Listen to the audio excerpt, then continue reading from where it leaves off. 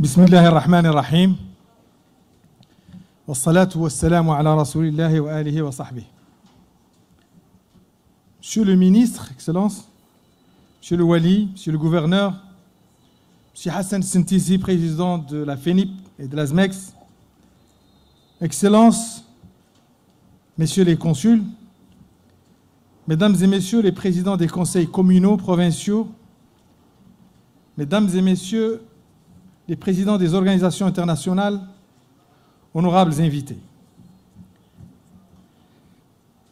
C'est un grand honneur et une immense fierté que je prends la parole à l'occasion de l'ouverture du Forum africain de l'industrie de la pêche et de l'aquaculture, Seafood 4 Africa, qui se déroule à la perle des provinces du sud du Maroc, la ville de Dakhla, sous les thèmes essentiels « L'avenir de la pêche et de l'aquaculture en Afrique, une voie vers la durabilité et la prospérité ». Et je suis sûr que le choix de la ville de Dakhla d'arbitrer ce forum n'est pas dû au hasard, mais plutôt à la position de la région dans le secteur de la pêche maritime et de l'aquaculture. Ce forum constitue un moment privilégié pour échanger, partager des idées innovantes et poser les jalons de la transformation du secteur de la pêche et de l'aquaculture en Afrique.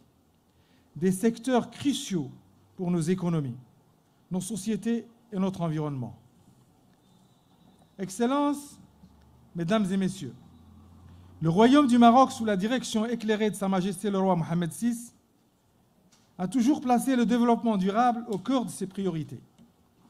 Le souverain, dans ses multiples discours et actions, a souligné l'importance de la pêche et de l'aquaculture comme levier essentiel pour assurer la sérénité, pour assurer la sécurité alimentaire, favoriser l'économie bleue et lutter contre la pauvreté en Afrique. Les instructions de Sa Majesté le roi Mohammed VI, en ce sens, sont d'une portée visionnaire. En effet, il a toujours mis l'accent sur la nécessité de faire de l'Afrique un acteur clé dans la gestion durable des ressources maritimes.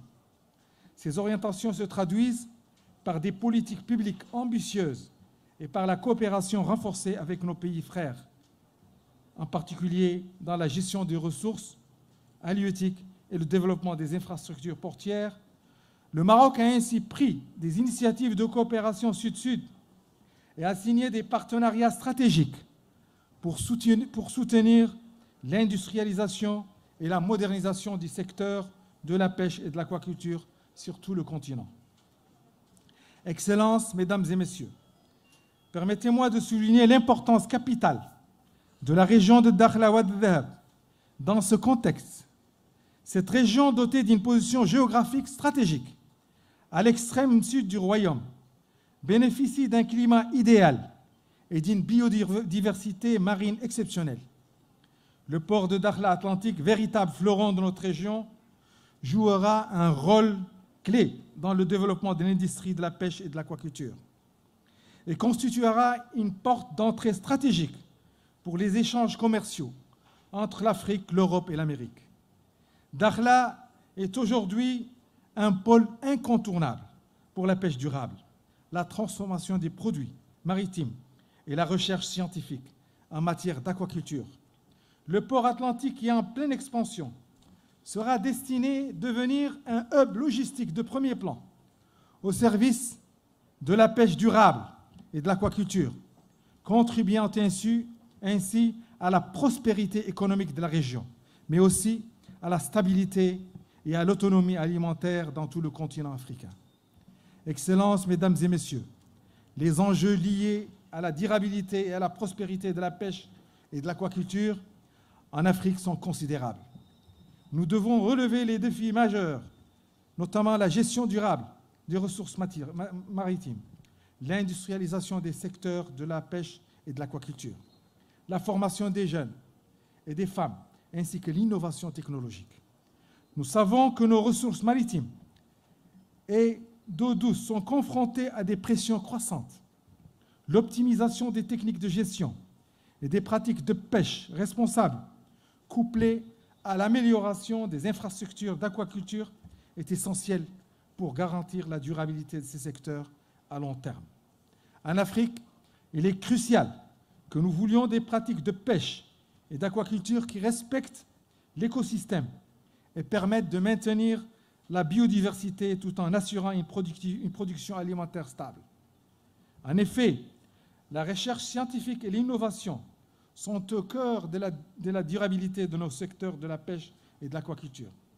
Lors de la session sur l'innovation, nous explorerons comment les nouvelles technologies peuvent améliorer l'efficacité des techniques de traitement et de conservation des produits halieutiques, des solutions innovantes, telles que l'utilisation de méthodes écologiques pour préserver la qualité des produits et réduire les pertes post-capture, sont cruciales pour améliorer la compétitivité et la durabilité du secteur. Un autre domaine clé pour la prospérité future de la pêche et de l'aquaculture en Afrique est la promotion du commerce intra-africain. Cette session abordera l'importance de renforcer les chaînes d'approvisionnement internes et de faciliter les échanges commerciaux de produits de la mer à travers le continent.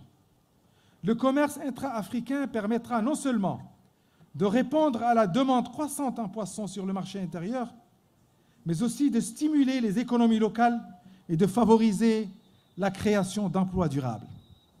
L'investissement dans les chaînes de valeur est essentiel pour la croissance des secteurs de la pêche et de l'aquaculture.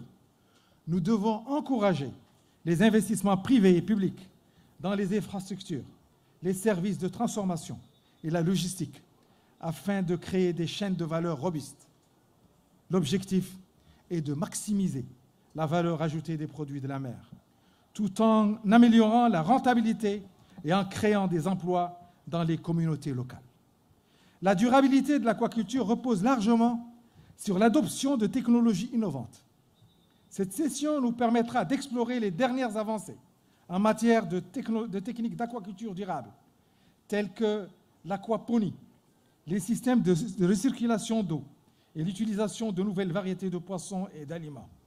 Ces technologies permettent non seulement d'augmenter la production, mais aussi de minimiser l'impact environnemental, tout en assurant la sécurité alimentaire pour les générations futures.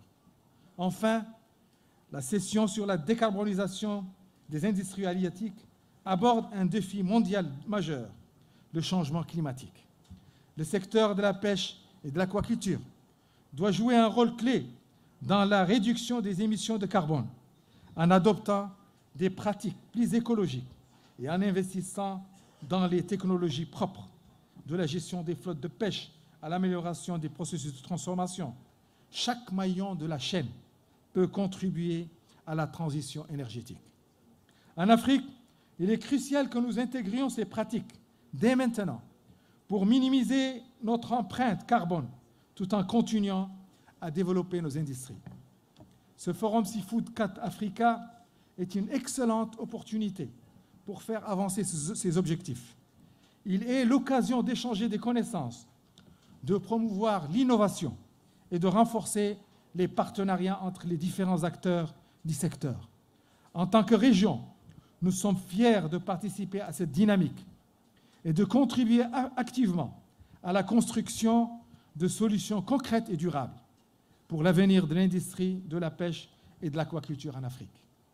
Excellences, Mesdames et Messieurs, en conclusion, je souhaite à tous les participants de ce forum un succès retentissant dans leurs échanges et leurs projets, que Seafood 4 Africa soit un tremplin pour la mise en œuvre de nouvelles solutions, pour un avenir plus durable et prospère pour la pêche et l'aquaculture en Afrique.